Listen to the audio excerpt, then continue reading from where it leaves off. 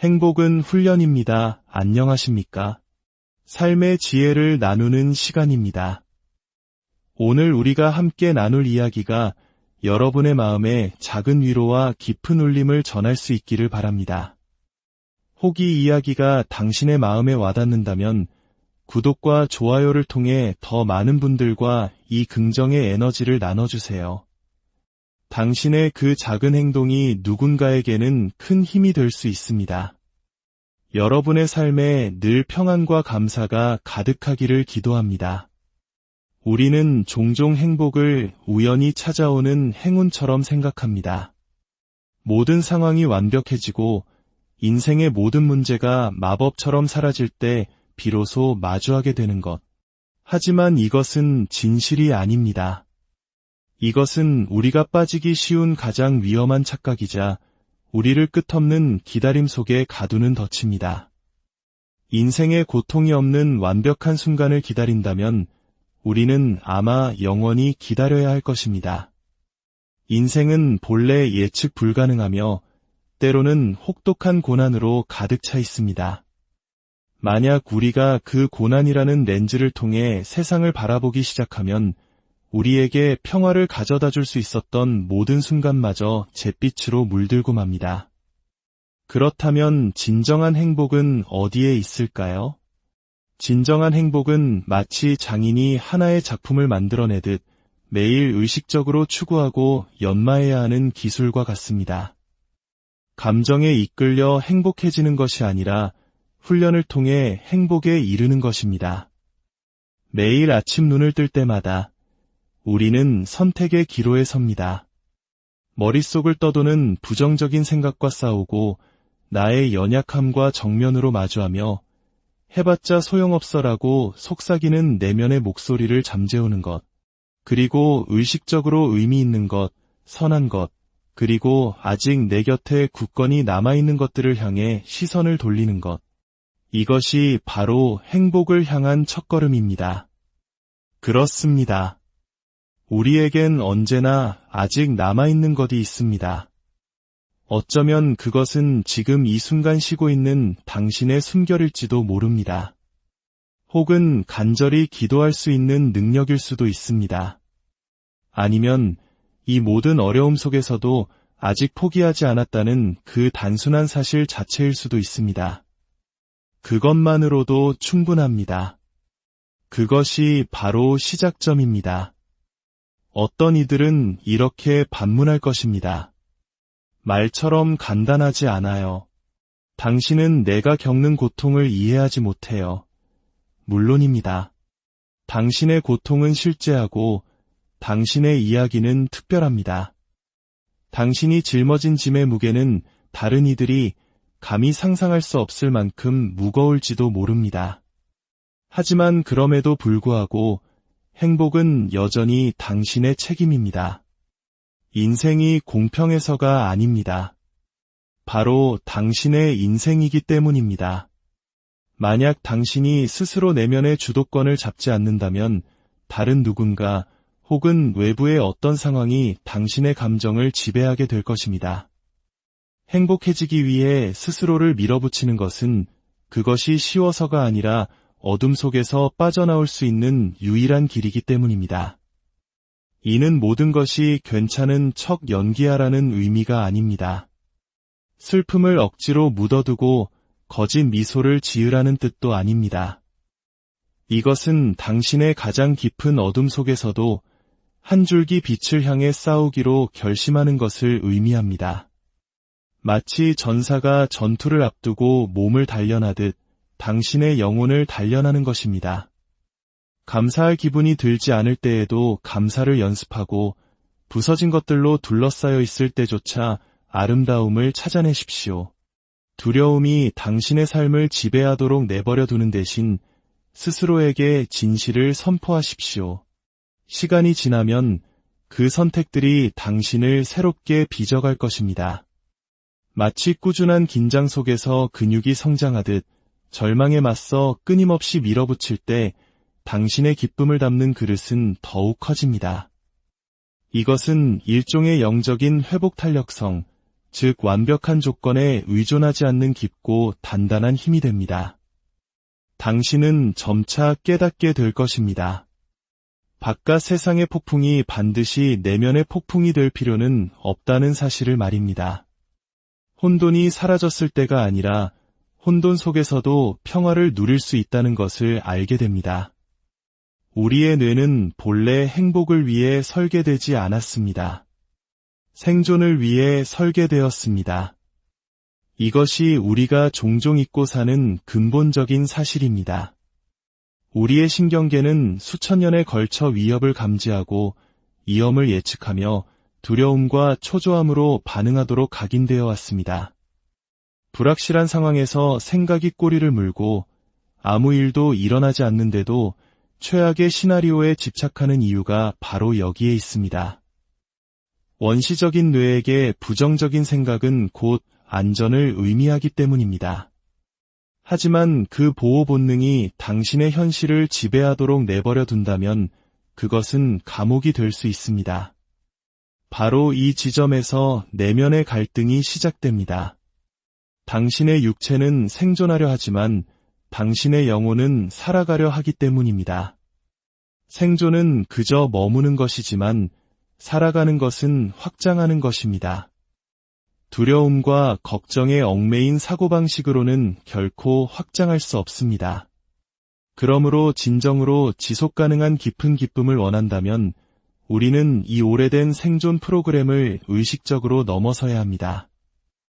마음에 떠오르는 모든 생각이 진실이거나 중요하다고 여기는 습관을 멈춰야 합니다. 그리고 스스로에게 질문해야 합니다. 잠깐, 이것은 생존 본능의 목소리인가 아니면 진실의 목소리인가? 불편함을 위험으로, 연약함을 나약함으로 착각하게 만드는 뇌의 속삭임을 분별해야 합니다. 말씀과 지혜, 기도로 마음의 밭을 매일같이 기경해야 합니다. 이 작업은 결코 쉽지 않습니다. 수동적으로 일어나지 않습니다. 새롭게 된 마음은 우연히 얻는 것이 아니라 의도적인 생각과 집중, 그리고 영적인 훈련을 통해 하루하루 조금씩 조각해 나가는 것입니다. 고난은 우리를 벌하기 위해 오는 것이 아닙니다. 때로는 우리를 성장시키는 거룩한 초대입니다.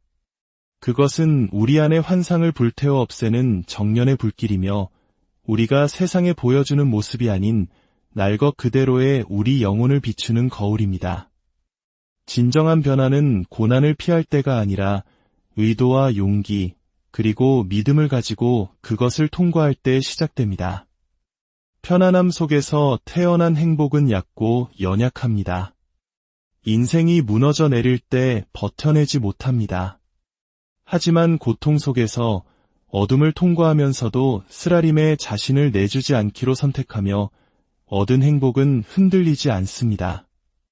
그 행복은 상황을 초월한 더 깊은 곳에 뿌리내리고 있기 때문입니다. 그때 우리는 왜 이런 일이 나에게 일어나는가? 라고 묻는 대신 이 일이 내 안에서 무엇을 빚어가고 있는가? 라고 묻기 시작합니다. 당신이 겪는 모든 마음의 상처, 모든 실패, 모든 상실은 당신의 그릇을 넓히고 있습니다. 사랑하고 이해하고 이끌어갈 수 있는 당신의 역량을 확장시키고 있습니다.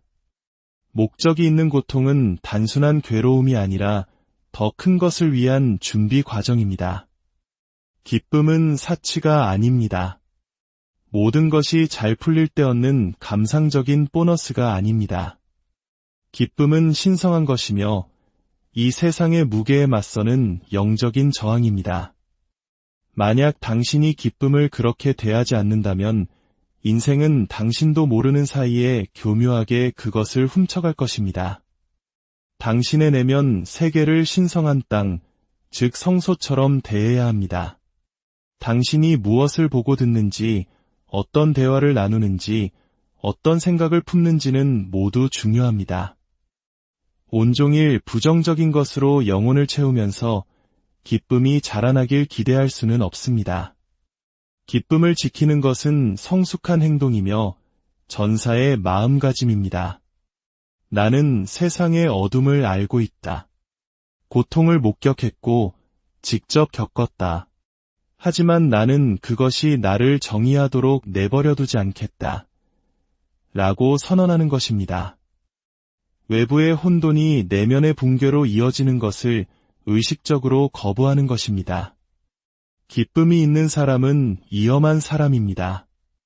쉽게 조종당하지 않으며 회복력이 강하고 창의적이며 편안함보다 더 깊은 것에 닻을 내리고 있기 때문입니다. 당신은 모든 것이 괜찮기 때문에 기쁨을 지키는 것이 아닙니다. 모든 것이 괜찮지 않기 때문에, 그리고 그 기쁨이야말로 당신을 앞으로 나아가게 하는 생명줄이기 때문에 지키는 것입니다. 세상이 당신을 무너뜨리려 할 때 기쁨은 당신이 계속 나아갈 힘을 줍니다. 기쁨은 당신을 창조주와 영원한 것과 당신의 소명과 연결시켜줍니다. 당신은 결코 혼자가 아닙니다. 하지만 도움의 손길은 당신이 멈춰 있을 때가 아니라 움직이기 시작할 때 당신을 만납니다. 당신의 노력에 응답하고 당신의 의지와 신성한 은혜가 만나는 그 지점에서 기적이 일어납니다. 스스로 일어서기를 거부하는 당신을 다른 누군가가 영원히 구조해 줄 수는 없습니다. 어느 순간 당신은 스스로 결단해야 합니다. 당신의 치유가 당신의 변명보다, 당신의 미래가 당신의 두려움보다, 당신의 기쁨이 당신의 안락함보다 더 중요하다는 것을 말입니다. 그 결단은 다른 누구도 대신해 줄 수 없습니다. 당신이 직접 해야 합니다. 그리고 매일 아침 피곤하고 두렵고 아무도 박수 쳐주지 않을지라도 나는 계속 나아갈 것이다. 나는 생명을, 강인함을, 그리고 내가 여전히 소중하다는 믿음을 선택하겠다고 다짐하십시오. 당신이 그렇게 매일 스스로를 일으켜 세울 때 당신은 당신 안에 잠재된 힘을 발견하게 될 것입니다. 일어서는 바로 그 행위 자체가 기적이 됩니다. 당신이 고통 속에서도 기쁨을 선택할 때 그것은 더 이상 당신 개인의 싸움에 머무르지 않습니다. 그것은 빛이 되고 신호가 되며 당신을 넘어 주변으로 퍼져나가는 조용한 혁명이 됩니다. 사람들은 당신을 보고 있습니다. 당신이 역경 앞에서 무엇을 선택하는지 지켜보고 있습니다. 당신이 쓴잔이나 자기 연민 대신 기쁨을 선택하는 것을 볼 때 그들 안에서도 무언가가 변화합니다. 당신이 고통에 의해 정의되기를 거부할 때마다 당신은 다른 누군가에게도 그럴 수 있다는 허락을 주는 셈입니다. 당신의 삶 자체가 메시지가 됩니다.